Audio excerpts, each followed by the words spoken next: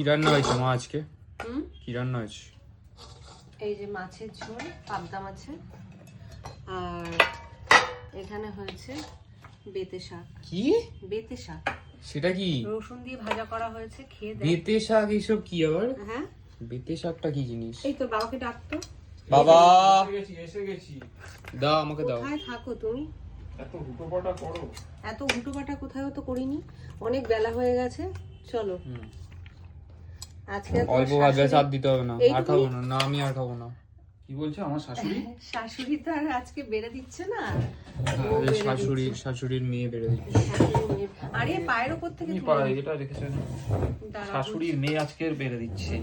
হ্যাঁ বন্ধুরা, বসে গেলাম লাঞ্চে। আর আজকে আমাদের শুধুমাত্র কি হয়েছে? বেতে শাক। বেতে শাক ভাজা আর মাছের ঝোল। হ্যাঁ, আর আজকে আর এক্সট্রা কোনো কিছু ডাল ঠাল হয়নি।